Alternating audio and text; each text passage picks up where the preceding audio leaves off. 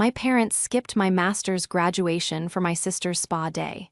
A year later, they begged me to plan her college send-off at her dream venue. They never imagined the party I'd throw, or that they wouldn't be on the guest list. This is where the story truly begins, and you won't want to miss what happens. Make sure you're subscribed to see it through to the end. We're always curious. Where in the world are you all watching from today? Let us know in the comments. The fever broke sometime during the commencement speaker's drone about building the future. Ironic, considering I was about to graduate with a master's in architecture, and my own foundation felt like it was crumbling. I was sick. Not just a little under the weather, but full-blown, 102-degree fever, coughing so hard my ribs ached sick. I had spent the last 48 hours alternating between mainlining vitamin C packets and putting the finishing touches on my final portfolio, a sleepless, delirious blur that had culminated in this. Me, sitting in the third row of graduates, trying not to pass out in my rented cap and gown. But the physical misery was a dull throb compared to the ache of the empty seats. Section 12, Row G, seats 14, 15, and 16. I had taped the tickets to the refrigerator myself 2 months ago. My mother, Margaret, had said, "Oh, Alina, how wonderful, we wouldn't miss it for the world." My father, David, had nodded over his newspaper. My sister, Chloe, had glanced up from her phone long enough to ask if the stadium had good Wi-Fi. Now those seats gaped at me. 3 patches of empty blue plastic in a sea of cheering, beaming families. I'd tried to call them that morning. My parents' phones went straight to voicemail. Chloe's rang once, then disconnected. I'd sent a text, "Ceremony starts at 10, I'm so nervous, can't wait to see you." No reply. At first, I'd made excuses. Traffic, there must have been terrible traffic, or maybe Dad's car broke down. Yes, that was it. They were probably stressed and frantic, trying to get to me. But as the procession began, as we filed into the stadium, a colder, heavier feeling settled in my stomach. They weren't just late. They weren't coming. The flu, the exhaustion, the stress of my finals, it all paled in comparison to the sting of that realization. I had worked so hard for this. My parents had always been different with me and Chloe. I was the capable one, the responsible one. Chloe was the sensitive one, the golden child who needed protecting, coddling, and constant, expensive validation. I was the one who got a part-time job to pay for my own drafting supplies in undergrad. Chloe was the one who got a new BMW for her 16th birthday. I was the one who stayed home from a study abroad trip to help my dad recover from a minor surgery. Chloe and my mother were the ones who went to Paris 2 weeks later to cheer him up from the stress of it all.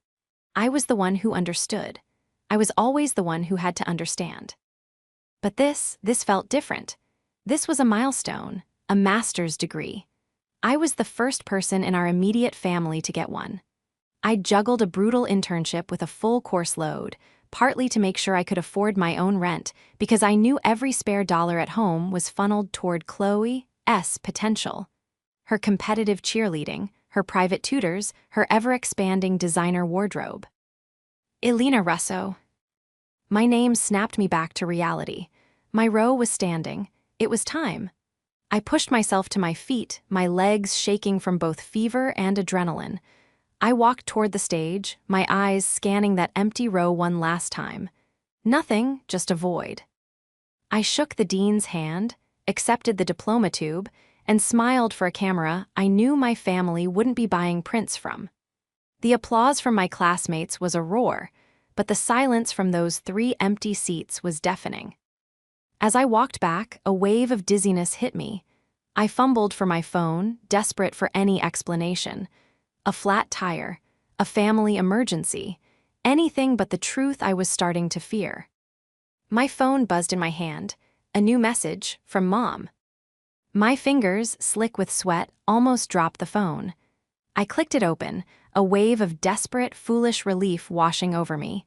They had tried to reach me. It was a picture message. My mother and my sister, Chloe, they were beaming, faces flushed and happy.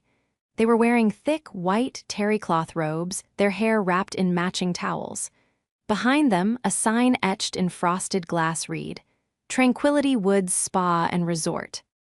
The text beneath the photo read, Sorry honey, Chloe needed this girl's weekend before her finals. She was just so stressed. We'll celebrate you later. Zoxa. I stared at the message. I read it once, twice, a third time. The words swam before my eyes, blurring with the bright, artificial green of the spa's logo. And needed. So stressed. Her finals. Chloe was a freshman in college. Her finals were in 2 weeks. My graduation, the culmination of 6 years of higher education, of late nights hunched over drafting tables, of sacrificing and saving and earning, was today. Right now. I looked at their smiling faces, their cucumbers on the eyes, no cares in the world happiness. They weren't frantic. They weren't in traffic. They hadn't even forgotten. They had made a choice. They had chosen a spa weekend over my graduation. A dry, racking cough tore through me, and it felt like it was ripping something loose inside. It wasn't just phlegm. It was the last, tattered thread of the illusion I'd clung to for 23 years. The illusion that capable meant loved. The illusion that if I just worked hard enough, achieved enough, and asked for nothing, I would one day be enough.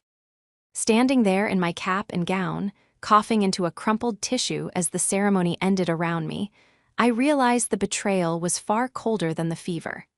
And it was a cold that I knew, deep in my bones, I would never, ever forget. The congratulations from my classmates and professors felt like they were happening underwater. Everyone was hugging their families, taking pictures, making dinner reservations. I just smiled, nodded, and eased my way through the crowd, my diploma tube clutched in my hand like a baton. My only goal was to get back to my apartment and collapse. My roommate, Sarah, who had her own family in town, took one look at me and her face fell. Elena, you look awful, and where are they? I didn't have to say who they were. I just shook my head, my throat too tight to form words. The spa photo was still burning on my phone screen. I couldn't even bring myself to show her. It felt too humiliating. Oh, Elena, she said, pulling me into a hug that I leaned into more than I meant to. Go, get in bed. I'll text you later. I nodded, grateful, and fled. Back in my small, sun-filled apartment, I threw the diploma on my desk, stripped off the gown that now felt like a costume, and fell into bed, still in my dress. The fever, the exhaustion, and the emotional gut punch formed a toxic cocktail that knocked me out cold. I woke up hours later to a dark room and a throbbing head. My phone was a blinking constellation of notifications. Texts from friends, congrats, grad, party tonight, you did it. And one missed call, from Mom. A bitter, metallic taste filled my mouth. I let it ring, and again. On the third try, I finally picked up my voice hoarse. Hello. Elena, honey, we've been trying you. My mother's voice was breezy, as if she were calling to chat about the weather. Did you have a nice day? I graduated, Mom, I said, the words flat and heavy. I know, we're so proud. Listen, the service here is just awful. We've been in the mud baths all afternoon. Chloe was hilarious. She said she felt like a hippo. Margaret laughed, a bright, tinkling sound that made my teeth ache. You missed it, I said. There was a pause. The breeziness faltered just for a second. Well, yes, honey, I explained. Chloe was just at her wit's end. This freshman year has been so hard on her, and with finals, you know how she gets. You're so capable, you've always handled pressure so well, we knew you'd understand. I knew you'd understand. The family motto. The dagger that was always twisted with a smile. I had a fever of 102, I whispered. I was sick. Oh goodness, see, you probably shouldn't have even been there, all those germs. Well, you get some rest. We'll be back tomorrow and we'll take you out for a big dinner to celebrate. Your pick. Mom, I said, a strange, cold calm settling over me. Why did you even get the tickets? What? Oh, well, we fully intended to come, Elena, you know that, but this spa weekend. It was a last-minute, non-refundable booking Chloe found, and it was just such a good deal, and it was the only weekend they had. It was just, Bad timing. Bad timing. My graduation was bad timing. And Dad? I asked. Oh, he's right here. I heard her pass the phone over. Elena, proud of you, kiddo, my father's voice rumbled, distant and awkward. Big day. You thought a spa was more important, I said. Now listen, he started, his voice shifting into that placating, don't make your mother unhappy tone. Your mother and sister needed a break. You're an adult now. You know how these things go. We'll see you tomorrow. Before I could say another word, the line clicked. He had hung up. I sat in the dark, the silence of my apartment amplifying the ringing in my ears. They hadn't apologized. They hadn't even felt guilty. They had justified it, minimized my feelings, and moved on. The big dinner they promised would be all about them, about how they were celebrating me, absolving themselves of any wrongdoing over a $50 plate of pasta. I thought about the last 6 years, the sacrifices, the casual, constant preference for Chloe. This wasn't a single event, it was a pattern. And a deep, structural flaw in the foundation of our family. And as an architect, I knew all about structural flaws. You can patch them, you can paint over them, but eventually, the building will fail. I got up and went to my desk, my reflection a pale oval in the dark window. I opened my laptop and pulled up my personal finances, the spreadsheets I kept meticulously. I looked at my student loans, my savings, my budget for my new junior architect job that started in 2 weeks. Then I opened a separate folder, one I rarely looked at. It was an inheritance from my grandmother, my father's mother, a stern, quiet woman who had always looked at me with an unnerving, knowing gaze. She had left her small, paid-off duplex in a transitioning neighborhood to me, and only me, in an ironclad trust that I gained full control of on my 23rd birthday, which was last month. My parents knew about it, of course, but they'd always dismissed it. Oh, that old thing, Margaret would say. The taxes must be a nightmare. You should just let your father handle it. But I hadn't. I'd read the fine print. I'd met with the lawyer. I knew exactly what it was worth. It was my safety net, my escape plan.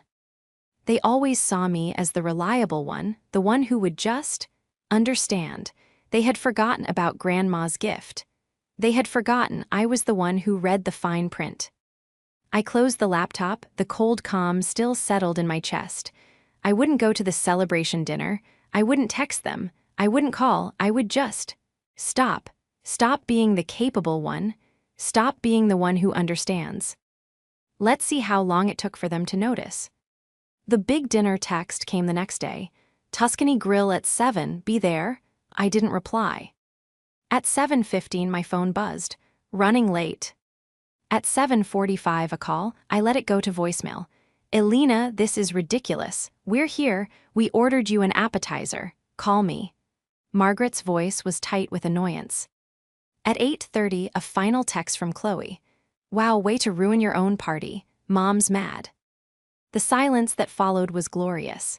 It lasted for 2 weeks. In those 2 weeks, I started my new job at a prestigious firm. I moved into a new, smaller apartment closer to my office, using the first month's rent from my grandmother's duplex to cover the deposit. I was good at my job. My bosses were impressed with my portfolio. I worked late, I learned fast, and for the first time in my life, I felt valued. My capability was an asset, not an expectation. The call finally came on a Saturday morning. It was Margaret. Her tone wasn't angry, it was confused, as if she'd tried to use a credit card and it had been unexpectedly declined. Elena, darling, we haven't heard from you. We were worried. I've been busy, I said, sipping my coffee and looking over some blueprints. I started my job. Oh, wonderful, but you didn't answer about dinner. We were very hurt. I was sick, Mom, and then I was busy moving. Moving? Why would you move? You had a perfectly good apartment. I wanted a change. There was a huff of exasperated air. This was not going according to her script. Well, your sister needs you. She's having a terrible time with her roommate and she needs to break her lease, but she's worried about the penalty. I thought you, being so good with contracts and fine print. There it was, the ask. I wasn't a daughter, I was a resource. I'm not a lawyer, Mom. She should read her lease. Alina, don't be difficult. This is your sister. Family helps family. You've always been so devoted. That was the word she always used, devoted. It wasn't loved, it was devoted, like a servant or a dog. I am devoted, Mom, I said, my voice quiet. I was devoted to my studies. I was devoted to getting my master's. I was devoted to the idea that my family would be proud of me. We are proud, she insisted. Proud enough to show up. The line went silent. I had finally said it. The one thing I wasn't supposed to say. The ugly, inconvenient truth. I told you, she sputtered. Chloe needed. I needed you too, I said, and the simple truth of it almost buckled my knees. I was sick. I was alone, and you were getting mud baths. This is very unfair, Alina. You're trying to make us feel guilty. After all we've done for you. What have you done for me, Mom? Lately, you funded Chloe's life. I funded mine. I paid for my own master's application fees. I paid for my own books. I worked 20 hours a week at the architecture library while Chloe was flying to Cancun for spring break on your dime. Chloe is different, she cried, her voice rising to a shrill pitch.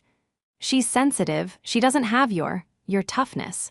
The world is harder for girls like her. You're smart, you're capable, it's just easier for you.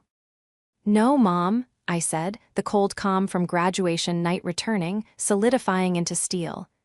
It's not easier for me, you just made it harder. You and Dad, Ademi carry my own weight, and Chloe's too. I could hear her breathing, sharp and angry. I could picture her perfectly, standing in her pristine white kitchen, one hand on her hip, her face pinched. Chloe was probably at the table, painting her nails, listening with lazy interest. I don't know who this new, cold person is, Alina, but I don't like her, Margaret said, her voice dripping with venom. I'm not new, Mom, I'm just finished. I'm finished being the capable one. I'm finished understanding. From now on, I'm just going to be me, and me is very busy. What does that mean? She demanded. It means don't ask me to read Chloe's lease. Don't ask me for legal advice or financial advice or to fix your printer. I'm not your on-call problem solver anymore. Fine, she shrieked. Be that way, but don't come crying to us when you need your family. I won't, I said. Goodbye, Mom. I hung up. My hand was shaking. I had done it. I had finally actually cut the cord. The backlash would be terrible.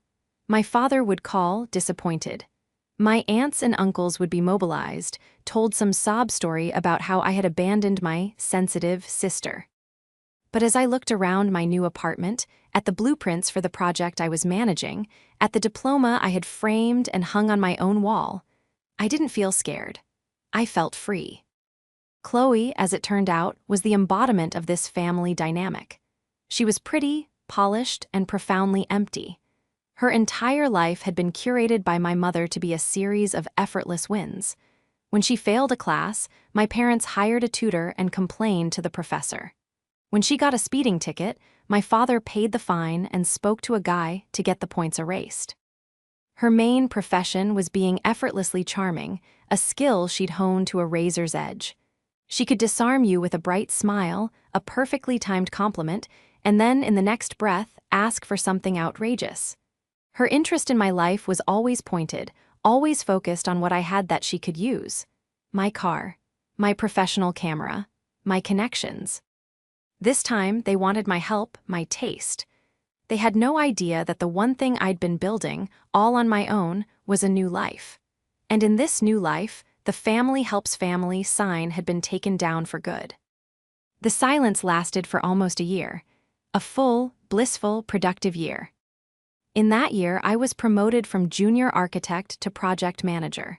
My boss, a formidable woman named Cynthia, had taken me under her wing. She was all sharp angles and sharper insights, and she didn't tolerate excuses. She respected results. Under her mentorship, I thrived. My grandmother's duplex, which my parents had dismissed as that old thing, turned out to be a goldmine. The neighborhood was gentrifying, and I managed the renovations myself, turning the second unit into a high-end rental.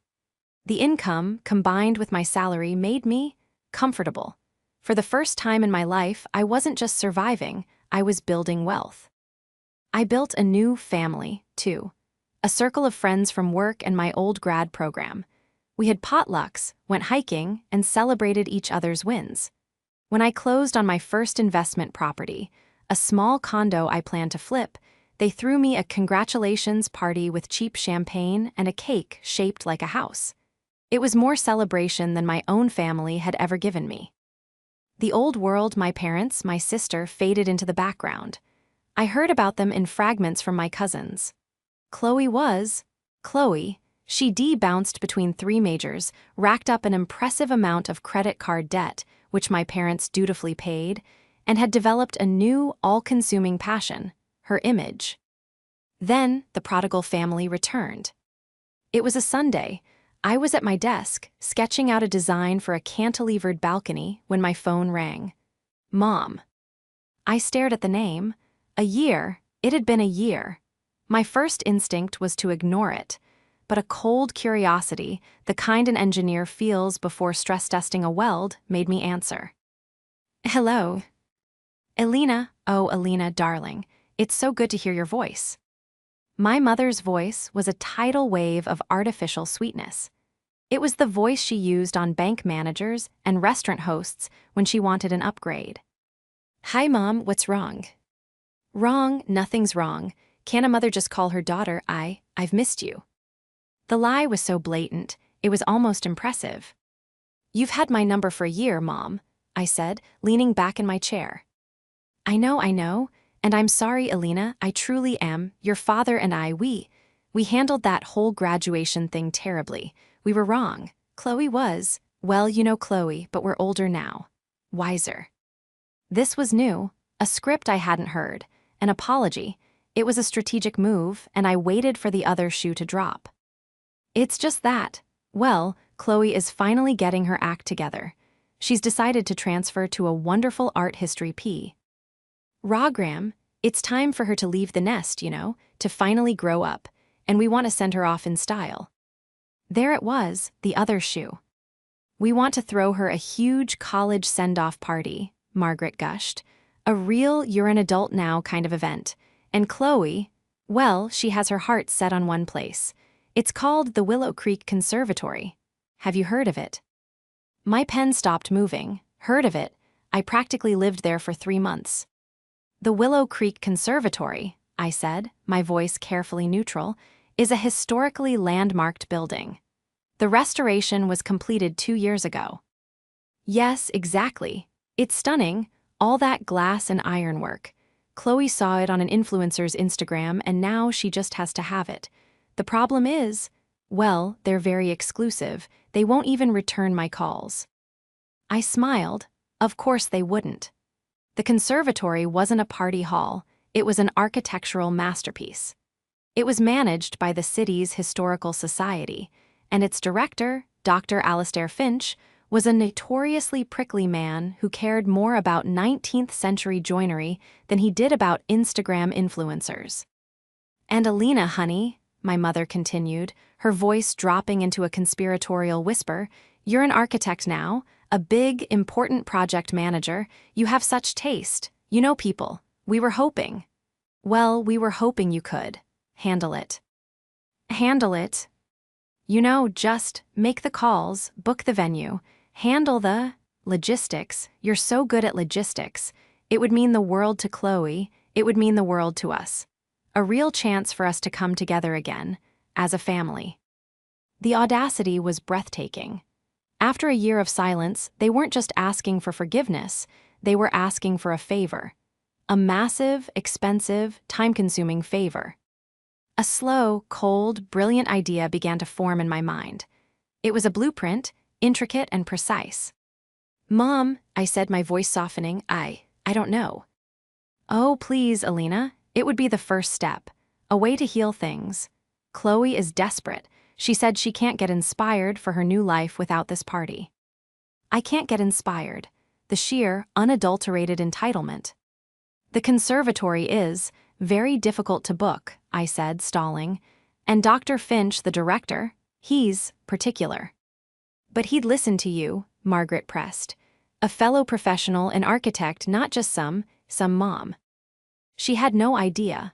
Dr. Finch hadn't just been a professor in my grad program, he had been my thesis advisor. The Willow Creek Conservatory was my thesis. I had spent an entire summer interning on the restoration, personally sourcing the reclaimed cast iron brackets for the mezzanine. Dr. Finch didn't just know me, he was my mentor.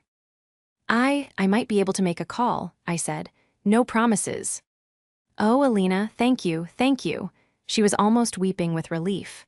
Whatever it costs, just book it all, get the best of everything. This is Chloe's moment.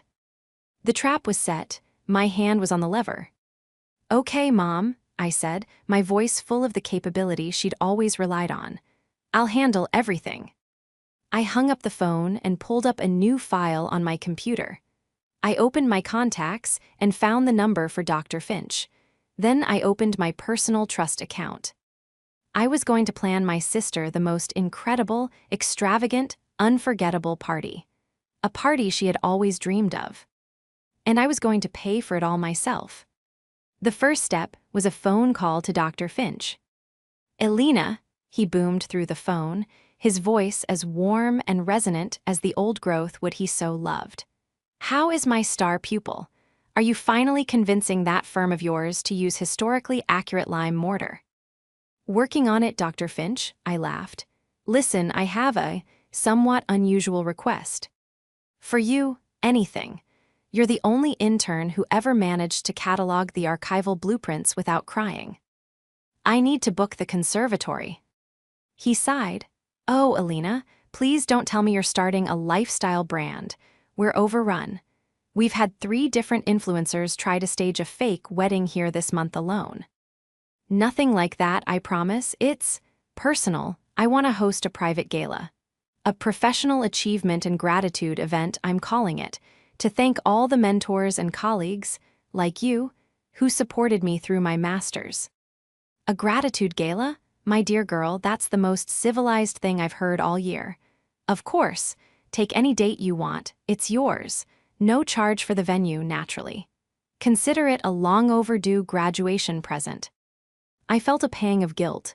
Dr. Finch, that's too generous. I can't accept that. Nonsense. The board has a community engagement fund for exactly this. You're a credit to the architectural community. Just promise me there will be no confetti. Not a single piece, I promised. But Dr. Finch, there's one more thing. The event is sensitive. I'd like to handle all the vendors and logistics myself, and I need all communication to go through me. Only me. Can your staff be discreet?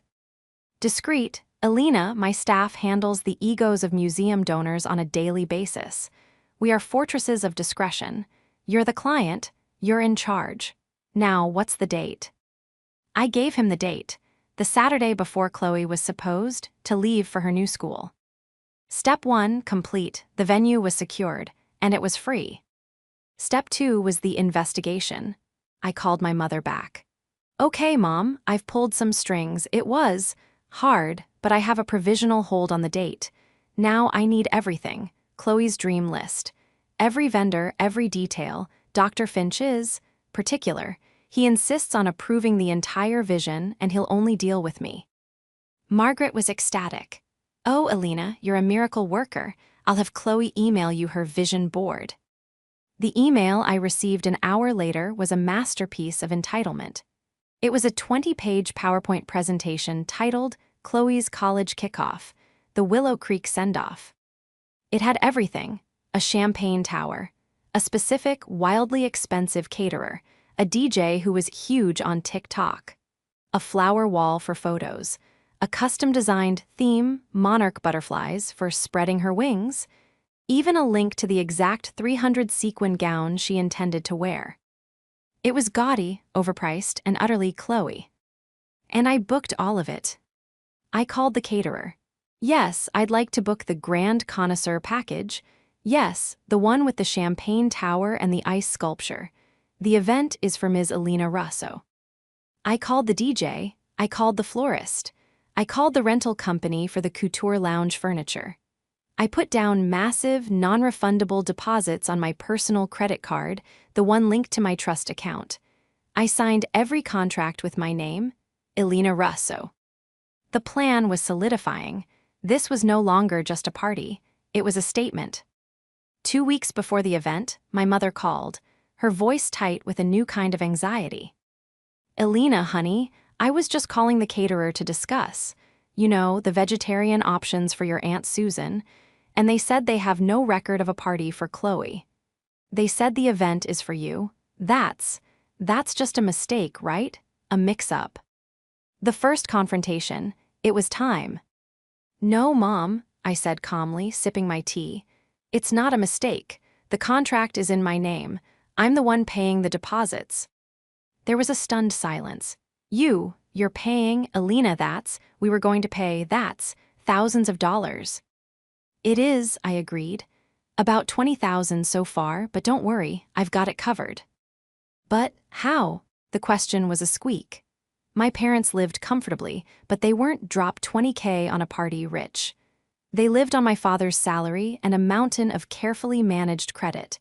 The idea of me, capable little Alina, having that kind of liquid cash was outside their entire worldview.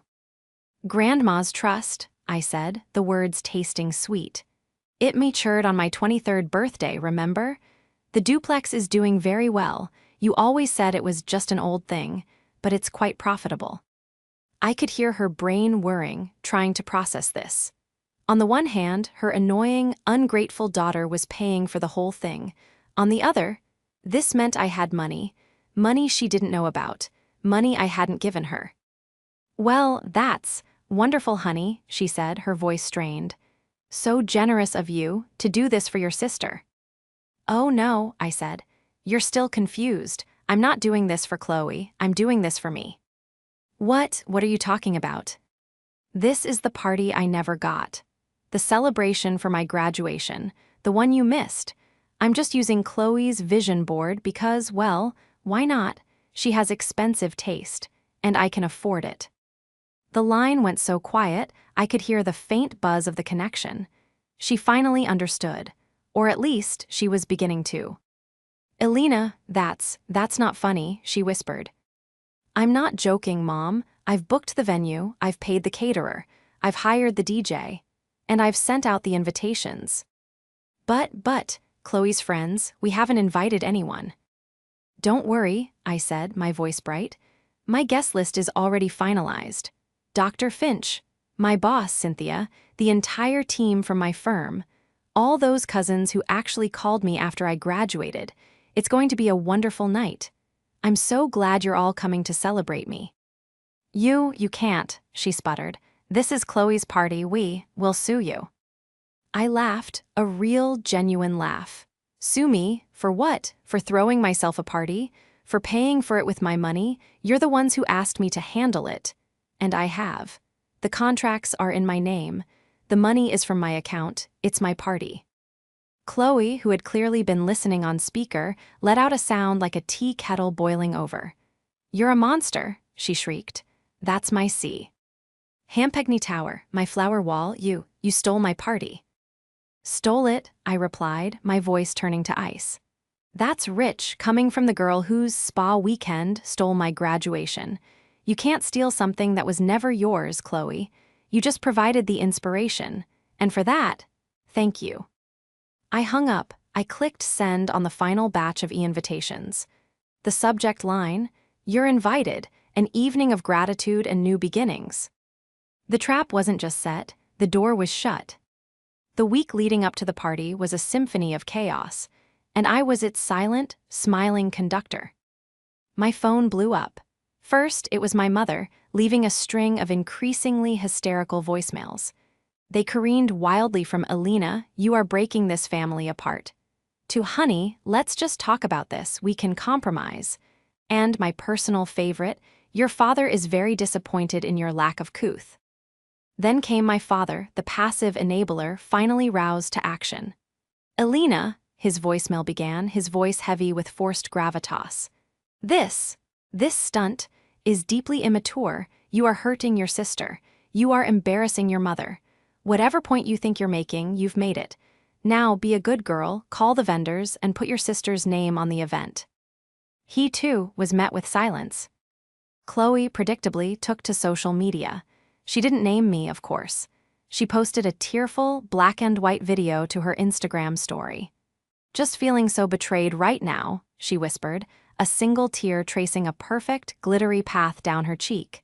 "You think you know people, and then they just take your entire dream from you. Pray for me." It was all so predictable. They were so used to me being the capable one, the one who absorbed their drama and quietly fixed their problems, that they had no idea how to handle strategic Alina. They thought this was a tantrum. They didn't realize it was a demolition. Meanwhile, I was building my case. My invitations had been met with overwhelming enthusiasm. My colleagues were thrilled. My mentors, like Dr. Finch and Cynthia, were touched. My distant relatives, the ones who had been sidelined by my mother's, Chloe first, agenda for years, were ecstatic. "It's about time, Alina," my Aunt Rosa, my grandmother's sister, boomed over the phone. "That matter of yours has been running the show for too long. I'll be there with bells on, and I'm bringing my famous flan." The case wasn't just about my feelings. It was about hard, cold facts. I had the receipts, all of them.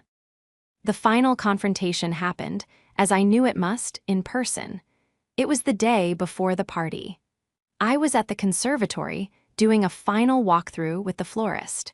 We were discussing the precise shade of coral for the lounge pillows when the glass doors of the atrium burst open.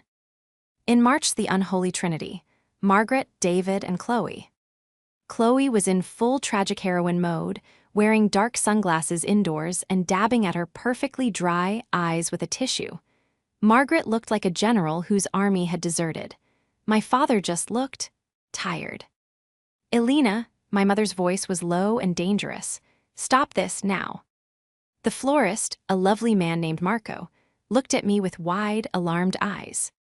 "Marco, this is my family," I said calmly. "Could you give us a moment? And just a reminder, let's stick to the white and gold for the monarch butterfly ice sculpture." The rendering Chloe made was just a little tacky. Chloe gasped, as if I had physically struck her. Marco nodded, white and gold. Elegant got it and scurried away. "How dare you," Margaret hissed, marching right up to me. "How dare you humiliate us like this?" "I'm not humiliating you, Mom. You're doing a wonderful job of that all on your own." "This is my party," Chloe shrieked, ripping off her sunglasses.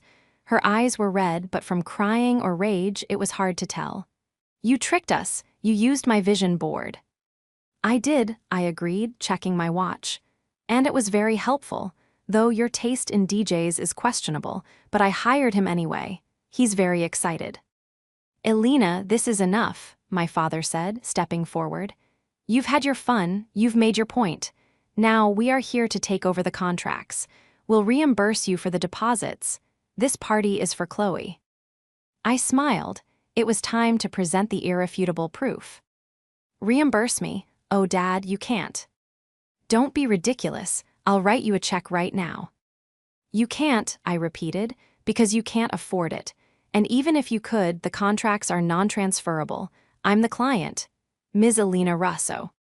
"We'll see about that," Margaret snapped, pulling out her phone. "I'll call the caterer myself and tell them what?" I interrupted. "That the woman who paid them in full 2 days ago isn't the real client, that the actual clients are the ones who haven't paid, who couldn't pay." I walked over to my briefcase, which I'd set on a bistro table. I pulled out a single-page document. "This," I said, "is the final, itemized invoice. Total cost, $28,450. I paid it from my trust account. The one grandma left me. The one you told me to let your father handle." My father's face went ashen. He knew their financial situation. He knew they couldn't write that check without leveraging their house. But, Chloe was the one who was truly breaking. The reality was crashing in on her. "It's not fair." "No," I said, turning to her. "It's not. It wasn't fair that I worked 2 jobs to pay for my tuition while you went to Cancun. It wasn't fair that I studied for my finals in a hospital waiting room while Dad had his minor surgery, while you and Mom were in Paris. And it really wasn't fair that I sat alone, sick with the flu, at my own master's graduation, while you and Mom got mud baths. The atrium was silent. My father wouldn't meet my eyes. My mother's face was a mask of cold fury. "This isn't just a party, Chloe," I said, my voice quiet but echoing in the huge glass space. "This is a consequence. This is the bill coming due. You've all been living on my capability for my entire life. You've been dining out on my understanding. Well, the bank is closed. The account is empty." "So you're not going to let us in?" Chloe whispered, her voice a child's. "Oh no," I said. "You're all invited. In fact, I'm counting on you to be here." My mother looked up, suspicion in her eyes.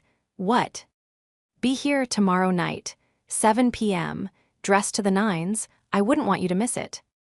I picked up my briefcase, straightened my jacket, and walked past them. You're letting us come," my father called after me, a pathetic note of hope in his voice. I stopped at the door and looked back. "I'm not letting you come," I said. "I'm expecting you. After all, what's a party without a main event?" They didn't understand. They thought it was a concession, an olive branch. They still had no idea what I was capable of. The night of the party, I felt a calm I hadn't felt in my entire life. I had spent the afternoon at a spa, a real one, not the cut-rate resort Chloe and my mother had frequented. I'd had a massage, a manicure, and my hair and makeup professionally done. I wore a custom-made gown in a deep, architectural emerald green. It was elegant, powerful, and cost more than my first car. I arrived at the conservatory at 6:30 p.m. It was breathtaking. Marco the florist had outdone himself. The atrium was filled with white orchids and elegant gold accents. The monarch butterfly, ice sculpture, was a glistening, abstract masterpiece. The lounge furniture was arranged in intimate, sophisticated pods. The DJ was playing a surprisingly tasteful ambient set, and in the center of it all, the champagne tower waited, a pyramid of shimmering crystal. My guests began to arrive. Dr. Finch, looking dapper in a velvet blazer, kissed my hand. "Elena, my dear, you've saved this building. It's never looked so beautiful." Cynthia, my boss, arrived with her husband, handed me a bottle of 30-year-old scotch, and said, "Russo, good. You're finally learning to spend your money on things other than antique drafting tools." My Aunt Rosa arrived with a phalanx of cousins, her flan held high like a trophy. "She's here, the queen. Look at you, Mija. You look like your grandmother."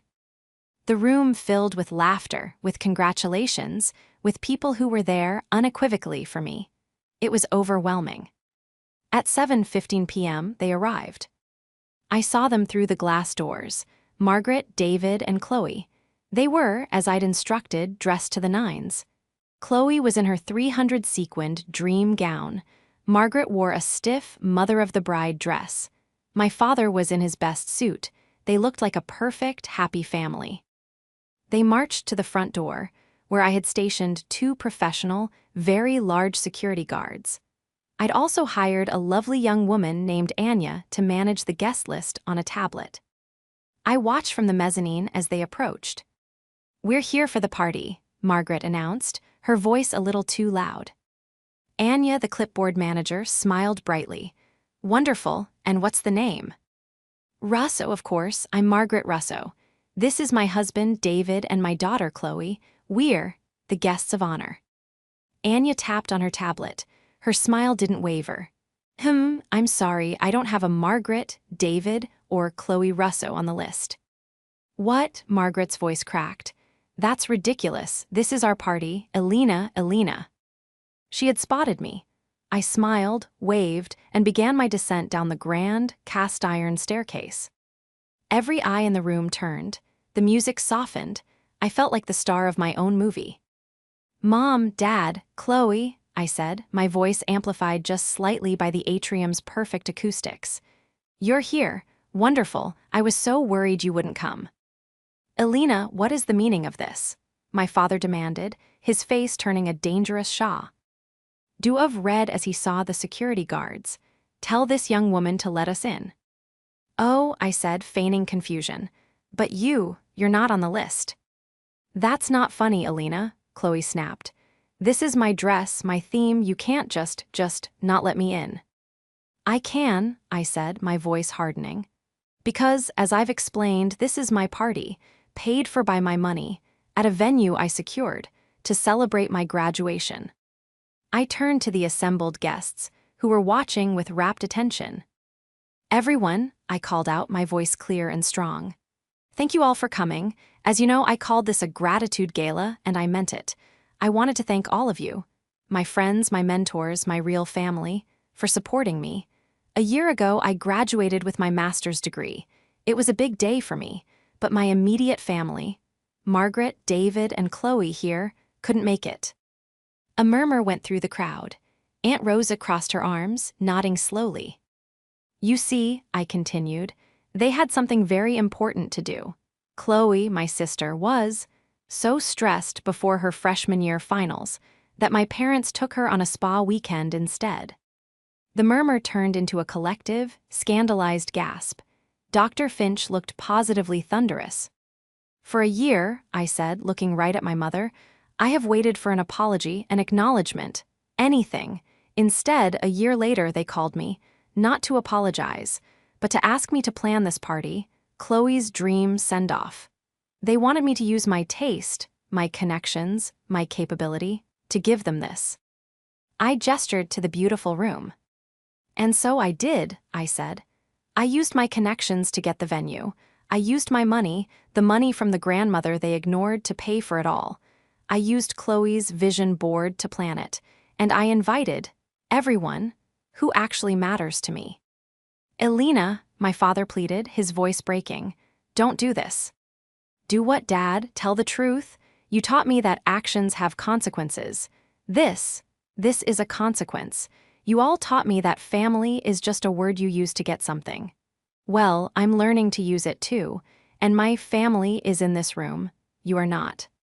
Chloe finally broke. It wasn't the slow, tragic heroine tear. It was an ugly, gulping, furious sob. You ruined my life. I'll never be able to show my face again." "You'll be fine," I said, my voice flat. "Mom and Dad will buy you a new party. They always do." I turned to my mother. Her face was white, her eyes full of a hatred so pure it was almost beautiful. This isn't over, Alina," she whispered. "Oh, yes, it is," I said. I turned to the security guard. "Anya, my name is Alina Rosso. These 3 people are Margaret, David, and Chloe Rosso. They are not on my list. They are trespassing." The guard stepped forward. "Ma'am, sir, you'll have to leave." They just stood there, stunned, defeated. As the guard gently but firmly began to escort them out, I turned back to my guests. I picked up a glass of champagne from a passing waiter. I raised my glass. "To new beginnings," I said, "and to finally being understood." The room erupted in applause. As I saw my family's silhouettes disappear through the glass doors, I turned, walked to the champagne tower, and poured the first glass. It was the sweetest drink I'd ever tasted. The party was, by all accounts, legendary. We danced, we ate. Aunt Rose's flan was gone in 10 minutes. Cynthia and Dr. Finch got into a deeply nerdy and very loud debate about brutalist architecture. My colleagues saw a new side of me, and I saw a new side of them. For the first time, I wasn't capable Alina or responsible Alina. I was just Alina, and I was having the time of my life. The fallout, of course, began the next morning. My mother, true to form, had launched a smear campaign. She called every relative she could, painting a picture of a cold, cruel, and clearly unstable daughter who had stolen her sister's party and humiliated her aging parents. It backfired spectacularly. "Alina," came the call from my Uncle Mark. "Your mother just called me, said you threw a party and kicked her out." "That's about the gist of it, Uncle Mark," I said, bracing myself. He was silent for a moment. Then he roared with laughter. "Good for you, kid. It's about time someone put Margaret in her place. She's been insufferable for 30 years. Your grandmother, God rest her, always said you were the only one in that house with a steel spine. I guess she was right. The consensus was the same. Aunt Rosa had already poisoned the well with the truth, and my mother's hysterics only confirmed what everyone had quietly thought for years, that Chloe was spoiled and that my parents were fools. The downfall for my family wasn't public and fiery, it was quiet and devastating. Chloe's friends, who had all seen her tearful Instagram posts, had been expecting to see pictures of the Willow Creek party when none appeared, and when pictures from my party, #gratitude gala, did, the questions started. The truth in bits and pieces got out. Chloe wasn't betrayed. She was entitled. Her dream send-off became a joke. Her actual send-off, I heard, was a sad backyard barbecue with a few of Margaret's friends, all of whom, I'm sure, were deeply concerned for me. My father sent me a single text. "I'm sorry, your mother, she's just, well, I'm sorry." It was the first and only apology I'd ever received from him. It was weak, it was passive, it was him. I didn't reply. The final piece of justice came a week later. I received a certified letter from the Willow Creek Conservatory. It wasn't from Dr. Finch, it was from their legal department. It was a bill for $2,500. It was for additional security services rendered, specifically for the time and manpower required to manage and remove non-ticketed, disruptive individuals from a private event.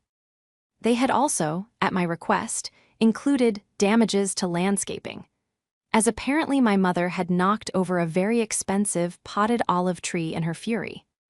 I smiled. I paid the bill, of course. Then I forwarded a copy of the paid invoice to my father's email address, my professional network at work. The subject line was blank. I never heard if they paid me back. I didn't care. That month, I used the last of my grandmother's trust and the profits from my first condo flip to put a down payment on my own home. It wasn't a duplex. It was a stunning, light-filled loft in a converted warehouse, all exposed brick and original steel beams. It was a mess, but it was my mess. The story ends with me 6 months later in that loft. The renovations are almost done. I'm sitting on a concrete floor, my blueprints for my life spread out around me. My phone buzzes. It's not my family.